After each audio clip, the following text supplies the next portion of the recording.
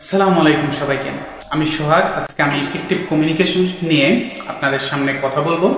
Effective communication খুব একটা important part আমাদের লাইফে, কারণ আমরা ইফেক্টিভ কমিউনিকেশন ছাড়া সেটা আমাদের ক্যারিয়ারের যে কোনো পর্যায়ে আপনি থাকুন না কেন, আপনি কিন্তু সফল হতে পারবেন না এটা ছাড়া।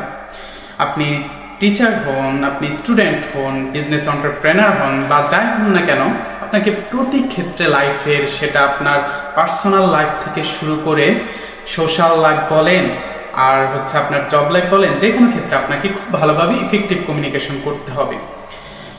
এখন এই ক্ষেত্রে যে বিষয়গুলো আমাদের মাথায় রাখতে হবে ইফেক্টিভ কমিউনিকেশনের ক্ষেত্রে, সেই বিষয়গুলো first of all active listening. আমরা এখন বর্তমানে আমরা সবাই এতই ব্যস্ত যে আমরা শুধু বলতে আগ্রহী, কারো শোনার মাঝে কোনো আগ্রহ নেই। কিন্তু যে কোনো ক্ষেত্রে আপনি যখন একজন ভালো শ্রোতা হবেন তখন কিন্তু অটোমেটিক্যালি আপনি বলতে পারবেন, কারণ কোনো কিছু কেউ যখন আপনাকে বলবে কিছু, সেটা আপনাকে খুব ভালোভাবে অ্যাক্টিভলি শুনতে হবে প্রথমে, তারপর সে বিষয়টা নিয়ে আপনি উত্তর দিতে পারবেন। নাহলে কিন্তু আপনি পারবেন না। এই কারণে খুব ভালোভাবে অ্যাক্টিভলি শোনার প্র্যাকটিস করতে হবে। তারপর সেকেন্ড যে বিষয়টা আছে, কোনো কিছুর ফিডব্যাক নিতে হবে। আপনি কিন্তু একদিনে ভালো হয়ে যাবেন না।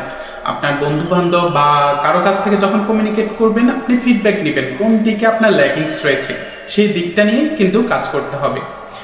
বা তারা কোন বিষয়ে আগ্রহী, যে কোনো বিষয়ে আগ্রহী, বা আপনি একটা প্রেজেন্টেশন দিলেন বা কোনো একটা বিষয়ে, তাদের থেকে কেমন হয়েছে ওটা নিয়ে, বা তাদের কোনো অ্যান্সার আছে কিনা বা কোশ্চেন আছে কিনা, এ সম্পর্কে আপনাকে ফিডব্যাক নিতে হবে। এরপর যে বিষয়টা আসছে, আমরা এখন অনেক কিছু জানি কিন্তু সেটা কনফিডেন্সের সাথে বলতে পারি না। এখন যে বিষয়টা হোক না কেন, আপনাকে কনফিডেন্সের সাথে বলতে হবে, নিজের আত্মবিশ্বাসের সাথে ওইভাবে যে কোনো বিষয় হোক না কেন সেটা বলতে হবে। আবার আরেকটা বিষয় আছে কমিউনিকেশনের, আমরা যে মুখে মুখে কথা বলে যে কমিউনিকেশন করি তা কিন্তু না।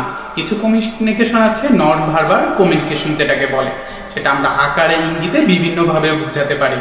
এটাও কিন্তু একটা বড় বিষয়। নন ভার্বাল কমিউনিকেশন, আমি কোন ক্ষেত্রে কি বলতে চাচ্ছি, কিছু কিছু সব ক্ষেত্রে কিন্তু আমি যখন দূর থেকে কোনো কিছু একটা বলার চেষ্টা করি, তখন কিন্তু কিছু ক্ষেত্রে আকারে ইঙ্গিতও বলতে হয়। এই ব্যাপারটাও খেয়াল রাখতে হবে কিভাবে আমি কমিউনিকেট করতেছি। এক্ষেত্রে খুব বড় একটা important factor non verbal communication ক্ষেত্রে, বা আমি যখন একটা প্রেজেন্টেশন দিচ্ছি তখন কিন্তু আমার বডি ল্যাঙ্গুয়েজ মুভমেন্ট, এদিকে খেয়াল রাখতে হবে। অনেকের বলা যায় বিভিন্ন ধরনের, যেটাকে আমরা মুদ্রা দোষ বলি। এই ব্যাপারটা সবারই মোটামুটি টুকটাক থাকে। এখন এই ব্যাপারটা খেয়াল রাখতে হবে যে আমার কি প্রবলেম বা যেটার জন্য দেখাচ্ছে, এই বিষয়টার প্রতি খেয়াল রেখে একটু কমিউনিকেট করতে হবে, তাহলে আমার কমিউনিকেশনটা আরও বেশি ফ্রুটফুলি হবে।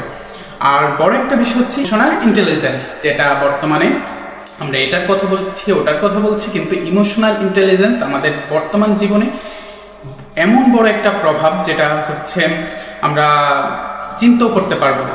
ইমোশনাল ইন্টেলিজেন্সের এটার মাধ্যমে আপনি অন্যজন কি ভাবছে, আপনার যে সহপাঠী বা আপনার যে কলিগ, তারা কি ভাবছে আপনার প্রতি, এটা ইমোশনকে কেন্দ্র করে এটাকে কিন্তু বুঝতে হবে, তার ব্যাপারটাও চিন্তা করতে হবে, তাহলেই কিন্তু আপনি কমিউনিকেশনে ভালো হতে পারবেন। তবে আরও অনেকগুলো বিষয় আছে, আমি প্রতিনিয়ত চর্চা করতে হবে কমিউনিকেশন। চর্চা বা প্র্যাকটিস ছাড়া আপনি কিন্তু কমিউনিকেশনে কখনোই ভালো হতে পারবেন না।